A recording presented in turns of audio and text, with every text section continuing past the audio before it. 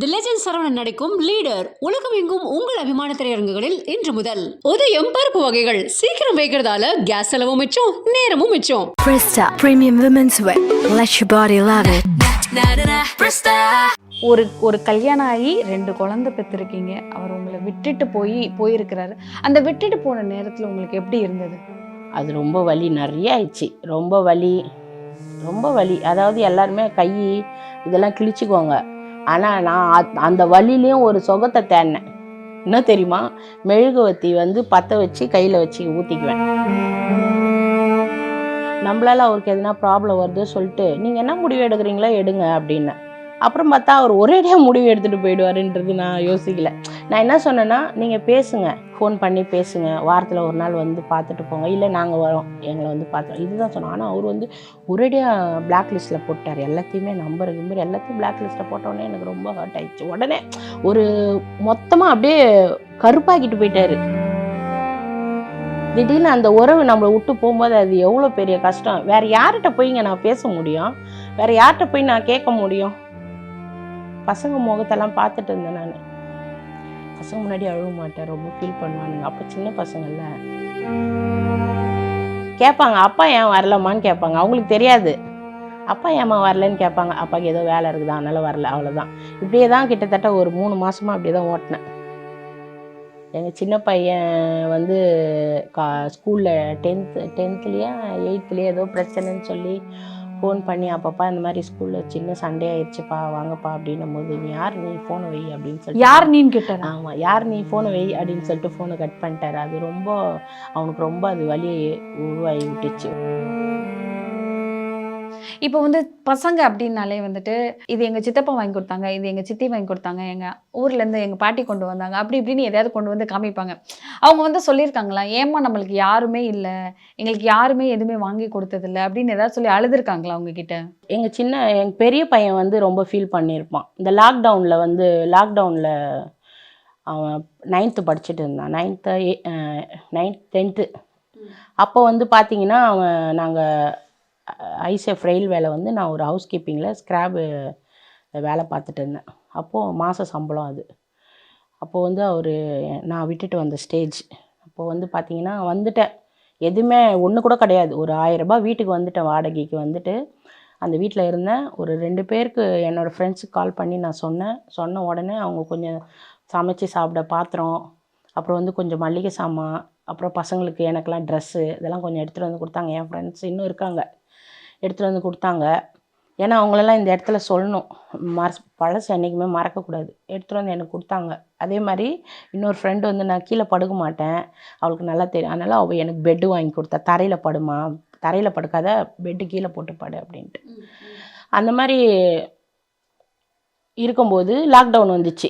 அப்போ நான் வேலைக்கு போய்ட்டு மந்த்லி சேலரி வாங்கி அப்படியே இவங்களுக்கு என்ன தேவையோ பார்த்துட்டு, அப்போ சின்ன பசங்க இவங்களை ஸ்கூலுக்கு எடுத்துன்னு போய் விட்டுட்டு நான் வேலைக்கு போய்ட்டு வருவேன். ஈவினிங் வரதுக்குள்ளே பார்த்தீங்கன்னா எனக்கு சின்ன வேலைலாம் எங்கள் சின்ன பையன் செஞ்சு வச்சுடுவான் வீட்டில். அப்படியே போயிட்டு இருந்தது கொஞ்ச நாள். போகும்போது பெரியவன் கேட்டான், அம்மா நம்ம ஏம்மா இவ்வளோ கஷ்டப்படணும், நம்ம வாமா ஊருக்கு போயிடலாம் அப்படின்னு. ஊருக்கு போனாலும் நம்மளோட லைஃப்பை நம்ம தான் பார்க்கணும். அப்போது எல்லாமே 3 நாளைக்கு தான். எந்த வீட்டுக்கு போனாலும் எங்கே போய் தங்கினாலுமே ஃபஸ்ட்டு இருக்கிற ரெஸ்பான்ஸு அந்த 3 நாள் கழிச்சு இருக்காது. இது அப்படியே வர்றது தான் இதெல்லாம். அதனால் நமக்குன்னு வீடு இருக்கும்போது ஓலை குடிசையோ இல்லை பங்களாவோ அது நம்மளுக்குன்னு இருக்கும்போது நம்ம தான் அங்கே இருக்கணும். யார் வீட்டாண்டையெல்லாம் போய் நிற்கக்கூடாதுப்பா, அது ரொம்ப கஷ்டம் அப்படின்னு. இப்போ அது சொன்னது என்னவோ யோசிச்சானோ தெரியல, ரொம்ப நாள் அந்த பேச்சை எடுக்கிறதில்ல. அப்பப்போ எங்கள் சின்ன பையன் கேட்பார், ஏம்மா இந்த மாதிரிலாம் அப்படின்னு சொல்லுவான். சரி உடுப்பா பார்த்துக்கலாம், நம்ம தான் இருக்கிறோம்ல அப்படின்னு சொல்லிட்டு போயிடுவோம். என்னைக்காவது யோசிச்சிருக்கீங்களா, நம்மளுக்கு அப்புறம் பசங்களை யார் பார்த்துப்பா அப்படிங்கிற மாதிரி ஏதாவது யோசிச்சிருக்கீங்களா? நமக்கு அப்புறம் பசங்களை பார்க்குறது அவங்களுக்கு இப்போவே நான் ட்ரைனிங் எடுத்துட்டேன். இப்போ ஒரு 2 வருஷத்துக்கு முன்னாடியிலேருந்தே எடுத்துட்டேன். ஏன்னா எனக்கு ஏஜ் ஆயிடுச்சு. இப்போ இருக்கிற ஜென்ரேஷன்லலாம் ரொம்ப நாளைக்கெலாம் 70 வயசு 80 வயசெல்லாம் இருக்க முடியாது என்னால். அதனால் அவங்கவுங்க லைஃப்பில் அவங்கவுங்க செட்டில் ஆகுங்கன்னா அவங்கவுங்க சம்பாரித்து மேலே வாங்க. நம்மள்கிட்ட சேஃப்டின்றது எதுவுமே கிடையாது. நான் இன்றைக்கி வேலைக்கு போய் சம்பாரிச்சா தான் வாடகை கட்ட முடியும், வீட்டு செலவு எல்லாமே. எனக்கு எப்படி மாதம் பார்த்தீங்கன்னா 25,000 30,000 வரைக்கும் எனக்கு வேணும். ஆமாம் வேணும். அப்போது நான் அந்த அளவுக்கு நான் சம்பாதிக்கணும். பகலில் ஒரு வேலைக்கு போகிறது, நைட்டில் ஒரு வேலைக்கு போகிறான், அது மெயின்டைன் பண்ணுறேன். தம்பி கொஞ்சம் எதனா ஹெல்ப் பண்ணுவான், இவன் படிக்கணும், இதெல்லாம் இருக்குது நம்மளுக்கு. அதனால் உனக்கு என்ன தேவையோ நான் இருக்கிறேன். நான் இருக்கும்போதே நீ வந்து உன்னோட வேலைகளை நீ ஆரம்பிச்சிக்கோ. உனக்கு என்ன தேவையோ அதை நான் செஞ்சு கொடுத்துட்றேன். அந்த இதை நான் பார்த்துக்கிறேன். நீ உன்னோட அடுத்த ஸ்டெப்பை நீ பாரு. நான் இருக்கா மாதிரி இருக்கக்கூடாது. ஏன்னா எனக்கு நீங்கள் தேவை, உங்களுக்கு உங்கள் லைஃப் தேவை. அப்படி சொல்லி வளர்க்குறீங்க. எப்படிக்கா ஸ்டார்ட் பண்ணீங்க? ஆரம்பத்தில் வந்துட்டு ஆரம்பத்துலேருந்தே வீட்டு வேலைகளுக்கு தான் போயிட்டு இருக்கீங்களா? இப்போ என்ன வேலை பார்க்குறீங்க? ஏன்னா பகல்லையும் வேலைக்கு போகிறேன்னு சொல்கிறீங்க, நைட்டும் வேலைக்கு போகிறேன்னு சொல்கிறீங்க, என்ன வேலை இது பார்க்குறீங்க? வந்து என்னென்னா, ஒரு கம்பெனியில் வந்து சாப்பாடு சப்ளை பண்ணுறது. ஐடி கம்பெனியில் வந்து ஃபுட்டு அவங்க வேலை பார்க்குறாங்க இல்லையா, அவங்களுக்கு ஓனர் கான்ட்ராக்ட் எடுத்து வச்சுருக்காரு. அவர்கிட்ட ஃபஸ்ட்டு ஒரு 2 வருஷம் செஞ்சேன். அதுக்கு முன்னாடி வந்து நான் ஐசிஎஃப்பில் 12 வருஷம் வேலை செஞ்சேன், ஹவுஸ் கீப்பிங் வேலை. அதுக்கப்புறம் இப்போ வந்து அந்த கேன்டீனில் சாப்பாடு பரிமாறுற வேலை, அதில் செஞ்சுட்டு இருந்தேன். திருப்பி அதே தான் போயிட்டுருக்கேன். காலையில் மதியானம் ஒரு ஷிஃப்ட்டு, நைட்டு ஒரு ஷிஃப்ட்டு. எத்தனை வருஷமாக வேலை பார்த்துட்ருக்கீங்க? நான் கிட்டத்தட்ட சொல்ல போனால் நம்ப மாட்டாங்க, எனக்கு நினைவு தெரிஞ்ச நாள்லேருந்து ஒரு வீட்டில் வளர்ந்துருக்குறேன். அப்போ என்ன வேலை செஞ்சீங்கன்னு கேட்டிங்கன்னா கூட அதுக்கும் நான் பதில் சொல்லுவேன். ஏன்னா அப்போ என்ன வேலை சொல்லுவாங்க அப்படின்னா, பூண்டு உரிக்கிறது, வெங்காயம் உரிக்கிறது, கீரை ஆயிடுறது, வீடு தொடப்பம் எடுத்து பெருக்கிறது, சின்ன சின்ன துணியெல்லாம் மடித்து வைக்கிறது. அங்கெல்லாம் பெரிய ஃபேமிலி தானே, அந்த வேலையெல்லாம் செய்வேன். அப்புறம் தான் வேலைகள் ஜாஸ்தி ஆயிடுச்சு, வயசு ஜாஸ்தி ஆயிடுச்சு. அப்புறம் எல்லா வேலையுமே பார்க்க ஆரம்பித்தேன். என்னைக்காவது யோசிச்சிருக்கீங்களா, எதுக்கு வேலையெல்லாம் பார்த்துட்டு வீட்டில் இருந்துடணும் அப்படின்னு என்னைக்காவது தோணி? அப்படி யோசிச்சா நம்மளோட இது நம்ம தாங்க பார்க்கணும். நம்ம உட்காந்தோன்னா அப்புறம் யார் நம்மளுக்கு பார்க்க ஆள் இருக்காங்க? நான் தனியாக இருந்திருந்தேன்னா இவ்வளோ கஷ்டப்பட வேண்டிய வேலையே இல்லை. எனக்கு இருக்கிறவங்க ஃப்ரெண்ட்ஸு, எங்கள் வீட்டில் எல்லோரும் என்னை பார்த்துக்குவாங்க. ஆனால் எனக்கு அடுத்தது 2 பசங்க இருக்காங்க. அவங்கள யார் பார்க்கணும்? நான் தான் பார்க்கணும். எத்தனை வருஷமாக தனியாக இருக்கிறீங்க நீங்கள்? இப்போ வந்து 14 வருஷம் இருக்கிறேன். தனியாகவே இருக்கிறீங்க? ஆமாம். பசங்களோட? தனியாக இல்லை, பசங்க கூட இருக்கிறேன். நான் ஏன் தனியாக இருக்கிறேன்? பசங்க இருக்காங்க. யார் துணையும் இல்லாமல், ஒரு ஆண் துணை இல்லாமல் தனியாக எத்தனை வருஷமாக இருக்கிறீங்க? எனக்கு அதெல்லாம் ஞாபகம் வச்சுக்க மாட்டேம்மா. ஏன்னா எனக்கு அந்த அளவுக்கு தெளிவில்லை. இப்போ நீங்கள் போயிட்டீங்கன்னா உங்கள் பேரை கேட்டால் கூட எனக்கு தெரியாதுன்னுவேன். ஆனால் ஆள் அடையாளம் வச்சுக்குவேன். ஆமாம். என்னைக்காவது யோசிச்சிருக்கீங்களா, எதுக்கு கஷ்டப்பட்டுட்டு இன்னொரு கல்யாணம் பண்ணிக்கணும், அந்த மாதிரி ஏதாவது தோணியிருக்கா? கல்யாணம் பண்ணிக்கணும்லாம் தோணலை. நமக்குன்னு ஒரு லைஃப் பின்னாடி எதுனா அவரு கல்யாணம் பண்ணாமல் இருந்தால் நம்ம யோசிக்கலாம், அவரை பிடிச்சி இழுத்துட்டு வந்து நம்ம கூட வாழ வைக்கலன்னு. அவர் கல்யாணம் பண்ணிக்கிட்டாரு. சரி, பின்காலத்தில் நம்மளுக்கு ஏதாச்சும் ஒன்று பார்க்கணும் கொள்ளணுன்னா நம்ம என்ன பண்ணுறதுன்னு அப்புறம் யோசித்ததுக்கப்புறம் பார்த்தீங்கன்னா, சில பேர் லைஃப்லாம் நான் பார்ப்பேன், எல்லாம் நோண்டி எல்லாத்தையும் பார்ப்பேன். வேண்டாம், நம்மளுக்கு எதுக்கு இருக்கிறது. அதுக்கப்புறம் மைண்ட் வந்து நான் மாற்றிக்கிட்டேன். எப்படின்னா, எனக்கு இந்த இன்ஸ்டாகிராமில் இந்த வாட்ஸ்அப் குரூப்லாம் இருக்காங்க, அவங்கள கூடலாம் ஜாலியாக பேசிட்டு அவங்க கூட டைம் பாஸ் பண்ணிவிட்டு அந்த ஃபீலிங்ஸ்லாம் வரும்போது மாற்றிக்கிட்டீங்க. யாராவது உங்ககிட்ட வந்து அப்ரோச் பண்ணியிருக்காங்களா, நான் பார்த்துக்கிறேன், உன்னை கல்யாணம் பண்ணிக்கிறேன், குடும்பத்தை அது பார்த்துக்கிறேன்? நிறைய பேர் சொல்லியிருக்கிறாங்க. அதுக்கெலாம் நான் ஒரே வார்த்தை சொல்லிவிடுவேன், அதுக்கெலாம் நான் செட் ஆக மாட்டேன்னிடுவேன். நீங்கள் நினைக்கிற ஆள் நான் கிடையாது, அதுக்கெலாம் நான் செட்டே ஆக மாட்டேன்னிடுவேன். ஒரே வார்த்தை. என்னை கேட்டாங்க அப்படின்னா அதுக்கு நான் செட் ஆக மாட்டேன்பா, வேறு டாபிக் இருந்தால் பேசு, இந்த டாப்பிக்கை பற்றி பேசாத, எனக்கு இந்த வயசில் பையன் இருக்கான்னு சொல்லிவிடுவேன். அவ்வளோதான். பாடி ஷேமிங், இவ என்ன இவ்வளோ குண்டா இருக்கா, சரி இவ்வளோலாம் எங்கேயாவது கூட்டிகிட்டு போகணுமா, இவ என்ன இப்படி இருக்கா அப்படி இருக்கான்னு சொல்லி உங்கள் உடம்பை வச்சு ரொம்ப அசிங்கப்படுத்தியிருக்காங்களா? நான் வந்து யார் கூப்பிட்டாலும் உடனே போயிட மாட்டேன். ஒன்று எனக்கு சிஸ்டர் இருக்காங்க இல்லைங்களா, அவங்க ஃபேமிலியோடு தான் நாங்கள் போவோம். நாங்கள் 2 ஃபேமிலி தான் போவோம். ஃப்ரெண்ட்ஸ் கூட போனால் என்னை யாரும் கேட்க மாட்டாங்க. என் ஃப்ரெண்ட்ஸும் கூட வெளியே பைக்கில் ஓட்டிகிட்டு போவேன், ஆட்டோவில் போவோம், கோயிலுக்கு போவோம், எல்லா இடத்துக்கும் போவோம். தெரியாதவங்க என்னை யாருன்னா சொன்னாங்கன்னா நான் கம்முன்னு போயிடுவேன். ஆனால் தெரிஞ்சவங்க யாருன்னா சொன்னாங்கன்னா வச்சு செஞ்சுட்டு போயிடுவேன். அரிசி மூட்டை நீயா வாங்கி போடுற, இல்லை நீயா பார்த்துக்கிற அப்படின்னு சொல்லி எதனா கலாச்சிட்டு போயிடுவேன். எவ்வளோ வெயிட் இருக்கீங்க இப்போ? எவ்வளோ வெயிட் இருக்கீங்க? எவ்வளோ முந்தா நேற்று போட்ட வெயிட்டு 148 என்ன வருகிறேன். அவ்வளோ வெயிட் இருக்கீங்க. உடம்புல ஏதாவது ப்ராப்ளம் இருக்கா? ஐ மீன் உடம்புல ஏதாவது வெயிட் அதிகமாக தைராய்டு இருக்குது. மற்றபடி பார்த்தீங்கன்னா பேக் பெயின் இருக்குது. பேக் பெயின் வந்தது என்னென்னா, நான் ஐசிஎஃப்பில் வந்து ஸ்க்ராபில் ஏரியாவில் இருந்தேன். வெயிட்டெல்லாம் வந்து எக்கச்சக்கமாக தூக்கி அப்போ வேலை பார்த்த எஃபெக்ட் தான் இப்போ எனக்கு பேக் பெயின். மற்றபடி வேறு ஒன்றும் கிடையாது. எந்த ப்ராப்ளம்? ரொம்ப நேரம் நிற்க முடியாது, கால் வலிக்கும். அவ்வளோதான். அந்த மாதிரி ப்ராப்ளம் இருக்குது. ஸோ என்ன நம்ம இவ்வளோ நிறைய பேர் வந்து அழகழகாக ட்ரெஸ் எல்லாம் போடுவாங்க. பார்க்கும்போது நம்மளும் ஒல்லியாக இருந்தால் இப்படிலாம் போட்டிருக்கலாமே அப்படியெல்லாம் தோணியிருக்கா? என்னைக்காவது உடம்பை குறைக்கணும்னு நினச்சிருக்கீங்களா? உடம்பு குறைக்கணும்னு ரொம்ப குறைக்கணும்னா நல்லா இருக்க மாட்டேன், அசிங்கமாக இருப்பேன் நான். அதனால் கொஞ்ச நாச்சும் கொஞ்சம் இதுவாக இருக்கலாமே, ட்ரெஸ்ஸுக்கோசரம் கம்மி பண்ணலாமே அப்படின்ட்டு பண்ணியிருக்கேன். ஜிம்முக்கு போயிருக்கேன் நான். போயிட்டு அங்கெல்லாம் போய் சொல்கிற வேலையெல்லாம் என்னால் செய்ய முடியல, மூச்சு வாங்குது திடீர்னு. அதனால என்ன பண்ணேன், கொஞ்ச நாள் அப்படியே ஸ்டாப் பண்ணிட்டேன். அப்புறம் அப்படியே வீட்லேயே அந்த தண்ணி குடிக்கிறது கொஞ்சம் அப்படியே ஃபாலோ பண்ணுறது, சாப்பாடு கம்மி பண்ணுறது அப்படியே போயிட்டுருக்கு. சரி நம்மளுக்கு கடவுள் படைச்ச உருவம் அவ்வளோதான் அப்படின்னு சொல்லிட்டு ஏற்றுக்கினேன். நம்ம ட்ரெஸ்ஸுக்கோசரம் 100 ட்ரெஸ்ஸுக்கோசரம் நம்ம உடம்பு குறைக்க வேணாம், நம்ம ஒன்றா 500 ட்ரெஸ்ஸை போட்டு பார்ப்போன்ட்டு அப்போது இது பண்ணேன். அந்த மாதிரி ஆயிட்டீங்க. கஷ்டமாக இருக்கா இந்த உடம்பை வச்சுட்டு நடக்க, எழுந்து போக, வேலைக்கு போக, இந்த மாதிரி இந்த உடம்பை வச்சுட்டு கஷ்டமாக இருக்கா? கொஞ்சம் கஷ்டமாக தான் இருக்குது. தூங்கினேன்னா தூங்கிடுவேன், ஏந்திரிச்சு எதனா பண்ணணும் எதனா செய்யணுன்னா கொஞ்சம் ஏஞ்சி பண்ணிவிடுவேன்.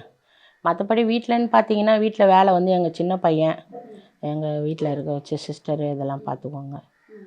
மற்றபடி வேறு ஒன்றும் இல்லை. வேலைக்கு போகணுன்னா ஓடிடுவேன், அது என்ன இதாக இருந்தாலும் சரி ஓடிடுவேன், ரெடி ஆகிட்டு போயிடுவேன் வேலைக்கு. ஓகே. இப்போ நீங்கள் தனியாக இருக்கும்போது யாராவது தப்பாக உங்ககிட்ட அப்ரோச் பண்ணியிருக்காங்களா? இல்லை அந்த மாதிரி யாரும் என்கிட்ட நடந்துக்க மாட்டாங்க. ஏன்னா நான் வந்து அவங்களுக்கு அந்த மாதிரி யோசிக்க தாட்டெல்லாம் நான் கொடுத்துருக்க இருக்க மாட்டேன். எடுத்த உடனே அவங்கள நம்மக்கிட்ட ரெஸ்பான்ஸ் கொடுத்து பேசுகிற மாதிரி நான் நடந்துக்குவேன். என்னப்பா தம்பி நல்லா இருக்கியா, எப்படி இருக்க அப்படின்ற ஒரு பேச்சை போட்டுருவேன். இப்போ நிறைய பொண்ணுங்க வந்துட்டு நிறைய இடத்துல பார்த்தா வந்துட்டு நிறைய தவறுகள் நடக்குது. என்னை பாடி ஷேமிங் பண்ணிட்டாங்கன்னு சொல்லிட்டு யாராவது சூசைட் கூட பண்ணிக்கிறாங்க. அவங்களுக்குலாம் ஏதாவது சொல்ல விரும்புகிறீங்களா? பாடி ஷேவ் பண்ணுறாங்கன்னா அது அவங்களோட மைண்ட் செட் அந்த மாதிரி இருக்குது. அவங்க மைண்ட் செட்டை நினச்சி நம்ம இருக்கக்கூடாது. நம்ம எப்படி இருக்கணுன்றது நம்ம தான் முடிவு பண்ணி இருக்கணும். எப்பயுமே கஷ்டங்கள் எல்லாருக்குமே இருக்க தான் செய்யும். யாருக்குமே எந்த ப்ராப்ளம் இல்லாத மனுஷனே கிடையாது. சரிங்களா? அதெல்லாம் கொஞ்சம் தூரம் வச்சுட்டு, எனக்கு இப்போ ஒருத்தவங்க என்கிட்ட பேச வந்திருக்காங்கன்னா அவங்கக்கிட்ட நம்ம ப்ராப்ளத்தை சொல்கிறத விட்டு நம்ம ஜாலியாக அவங்கள்ட்ட பேசி அவங்கள மைண்ட் சேஞ்ச் பண்ணி அவங்க போய் அடுத்த வேலை செய்கிற மாதிரி நம்ம நடந்துக்கணும். அவ்வளோதான். இவ்வளோ தைரியம் எங்கேருந்து வந்தது? இவ்வளோ தைரியம் மன்னலட்சுமி அக்காவுக்கு எங்கேருந்து வந்தது? எனக்கு ஹாப்பியாக இருக்கிறது பிடிக்கும்ப்பா. எப்பயுமே ஜாலியாக இருக்கணும். நான் என் கூட எப்பயுமே ஆளுங்க இருந்துன்னு பேசிக்கிட்டு கலாச்சிக்கின்னு கிண்டல் பண்ணிக்கின்னு அது இருக்கணும். சோகத்தை எடுத்துகிட்டு வந்து ரொம்ப நேரம் திணிச்சா இருக்க முடியாது. அப்படின்னு பார்த்தீங்கன்னா நான் தனியாக ரூம் போட்டு டெய்லியும் அழுதுன்னு இருக்கணும். எதுக்கு? அந்த சோகம் வேண்டாம். சோகத்தை எப்போனா ஒரு டைம் யூஸ் பண்ணிக்கலாம், என்ஜாய்மெண்ட்டை நல்லபடியாக யூஸ் பண்ணிக்கலாம், அவ்வளோதான். அந்த என்னதான் இருந்தாலும் இப்போல்லாம் லவ் பிரேக்கப் ஆனாலே வந்துட்டு பசங்கள்லாம் உடஞ்சி போயிடுறாங்க. பசங்களாக இருக்கட்டும், பொண்ணுங்களாக இருக்கட்டும். ஒரு கல்யாணம் ஆகி 2 குழந்தை பெற்றிருக்கீங்க. அவர் உங்களை விட்டுட்டு போயிருக்கிறாரு. அந்த விட்டுட்டு போன நேரத்தில் உங்களுக்கு எப்படி இருந்தது? அது ரொம்ப வலி நிறைய ஆயிடுச்சு. ரொம்ப வலி. அதாவது எல்லாருமே கை இதெல்லாம் கிழிச்சிக்குவாங்க. ஆனால் நான் அந்த வலிலையும் ஒரு சுகத்தை தேடினேன். என்ன தெரியுமா? மெழுகுவத்தி வந்து பற்ற வச்சு கையில் வச்சு ஊற்றிக்குவேன்.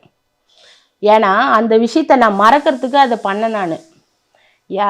அந்த விஷயத்தை மறந்துட்டு வெளியே வரணும். ஏன்னா அதுவே மைண்டில் போட்டு சுற்றிட்டு இருக்கக்கூடாது. அதுவும் அந்த தப்பு செஞ்சதை நான் மெயினாக அதுதான் வச்சேன் நான். நம்ம எதில் ஒரு விஷயத்தில் குறை வச்சிட்டோம், அதனால் அவர் வந்து பாஸ் ஆகிட்டாரு, போயிட்டாரு. அப்போது நம்ம ஏதோ ஒரு தப்பு பண்ணியிருக்கிறோம். எதனால போயிட்டாருன்னு நினைக்கிறீங்கக்கா? ஃபைனான்ஸ் ப்ராப்ளம் ஒன்று, 2வது வசதி வாய்ப்பு கம்மியாயிடுச்சு, 3வது பசங்க.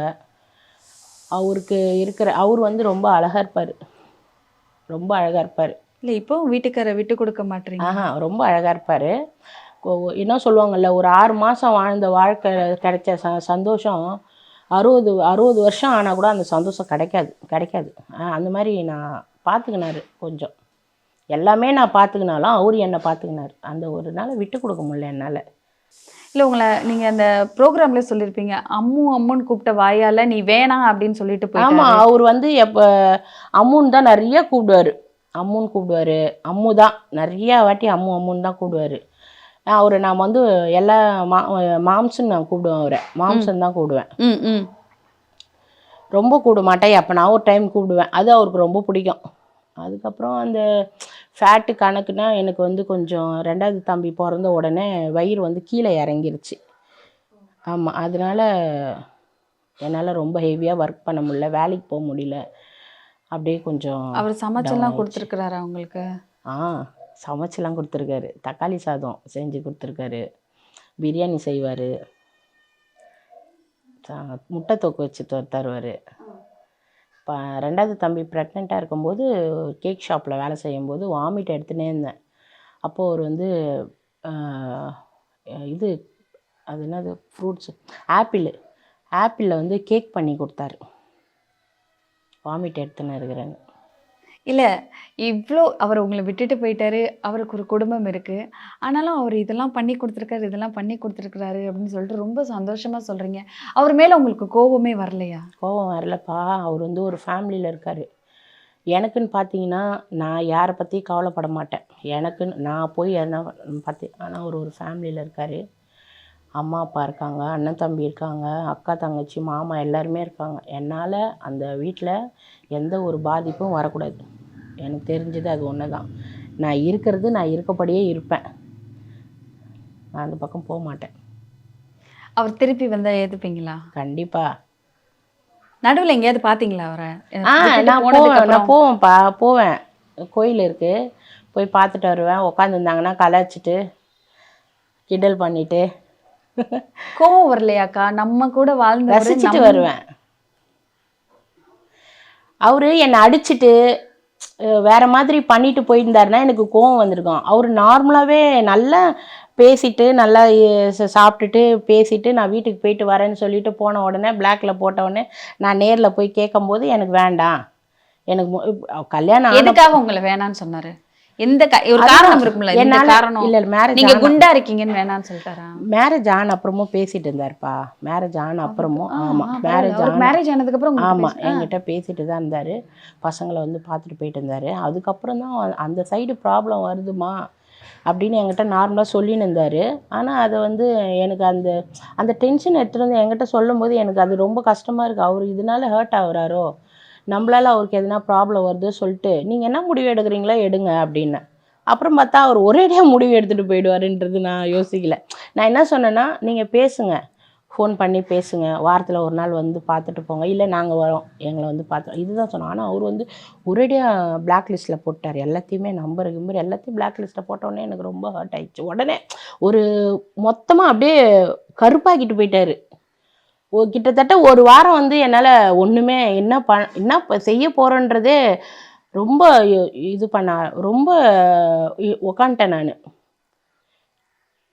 யார் சைடுமே நான் போய் நிற்கல. இந்த சைடும் போய் நிற்கல, அந்த சைடு அதாவது அம்மா வீட்லேயும் போய் நிற்கல, மாமியார் வீட்லேயும் இப்போ யார் வீட்லேயும் நான் போய் நிற்கல. இவர் தான் எனக்கு இதுதான். பசங்களை இப்போ எப்படி பேசுகிறேனோ அப்போ வந்து அவரை தான் நான் பேசுவேன். எங்கள் மாமா இருக்கார் பார்த்துக்கிறேன் அப்படின்ற இதில் இருந்தது. திடீர்னு அந்த உறவு நம்மளை விட்டு போகும்போது அது எவ்வளோ பெரிய கஷ்டம். வேறு யார்கிட்ட போய்ங்க நான் பேச முடியும்? வேறு யார்கிட்ட போய் நான் கேட்க முடியும்? அது ரொம்ப ஒரு வாரம் அதை விட்டு வெளியே வர்றதுக்கு பசங்க முகத்தெல்லாம் பார்த்துட்டு இருந்தேன். நான் பசங்க முன்னாடி அழுவ மாட்டேன், ரொம்ப ஃபீல் பண்ணுவானுங்க. அப்போ சின்ன பசங்கள்ல கேட்பாங்க, அப்பா ஏன் வரலம்மான்னு கேட்பாங்க. அவங்களுக்கு தெரியாது அப்பா ஏம்மா வரலன்னு கேட்பாங்க. அப்பாவுக்கு ஏதோ வேலை இருக்குதா அதனால் வரல, அவ்வளோதான். இப்படியே தான் கிட்டத்தட்ட ஒரு 3 மாதமாக அப்படியே தான் ஓட்டினேன். இப்போ நடுவில் பார்க்கும்போது நீங்கள் அழகாக பேசி சிரிச்சுட்டு வருவீங்க. என்னைக்காவது பசங்க எங்கேயாவது ரோட்டில் பார்த்து அப்பான்னு கூப்பிட்டு அவர் வந்து பேசியிருக்கிறாரா? பசங்க போய் பார்த்துருக்காங்களா? பசங்களை பார்க்க வந்திருக்காரா அவர்? இல்லை, வந்ததில்லை. எங்கள் சின்ன பையன் வந்து ஸ்கூலில் 10th 8th ஏதோ பிரச்சனைன்னு சொல்லி ஃபோன் பண்ணி, அப்பப்பா இந்த மாதிரி ஸ்கூலில் சின்ன சண்டே ஆயிடுச்சுப்பா வாங்கப்பா அப்படின்னும் போது, நீ யார், நீ ஃபோனை வை அப்படின்னு சொல்லிட்டு. யார் நீன்னு கேட்டார். ஆமாம், யார் நீ ஃபோனை வை அப்படின்னு சொல்லிட்டு ஃபோனை கட் பண்ணிட்டாரு. அது ரொம்ப அவனுக்கு ரொம்ப அது வலியை உருவாகி விட்டுச்சு. வந்து என்கிட்ட பையன் ஃபோன் பண்ணானா? ஆமாம், அது வந்து என்கிட்ட சொல்லி ரொம்ப அழுதான். தான் சொன்னேன், நீ எதுக்குப்பா அவருக்கு ஃபோன் பண்ண? எனக்கு நீ பண்ண வேண்டியதானே, நீ எதுக்கு அங்கே ஃபோன்?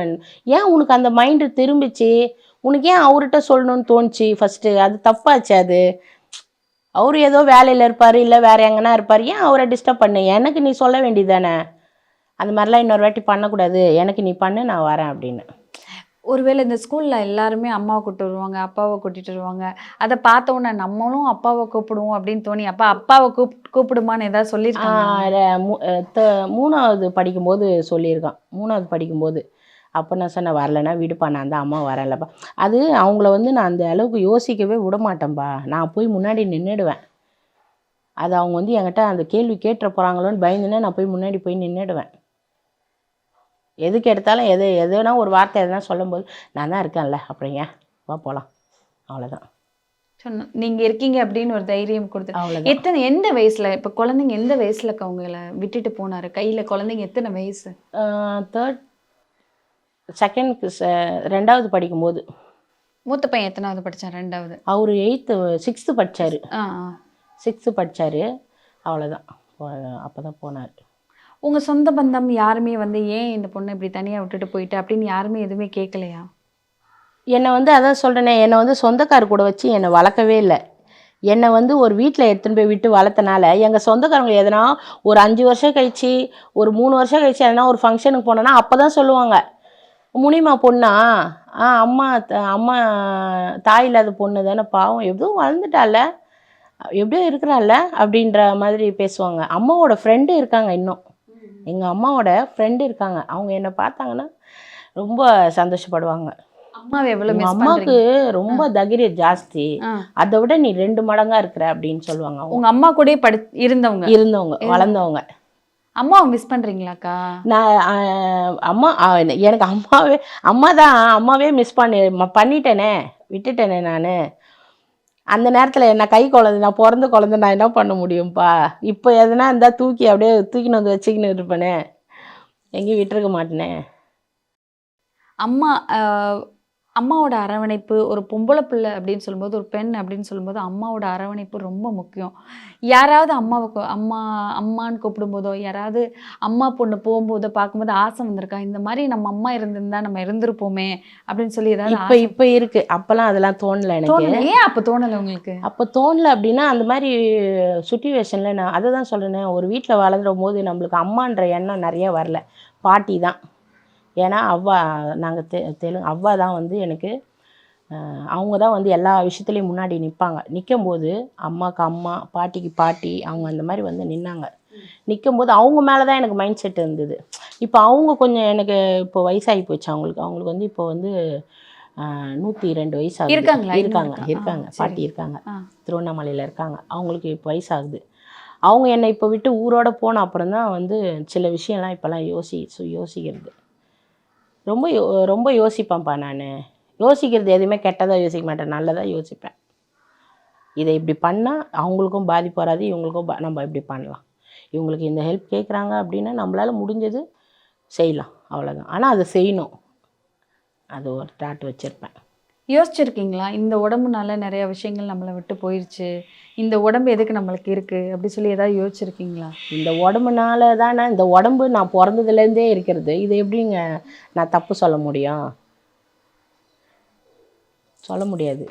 லைஃப்லே வந்து ஒரு மனுஷனுக்கு தூக்கம், சாப்பாடு ரொம்ப முக்கியம். அதுவே எனக்கு குறைஞ்சிருச்சு. மைண்டில் ஃபுல்லாக பசங்க. நான் எப்படி இருக்கணும்னு நினைக்கிறத யோசித்தேன், பசங்களை எப்படி இருக்க வைக்கணும்னு யோசித்தேன்.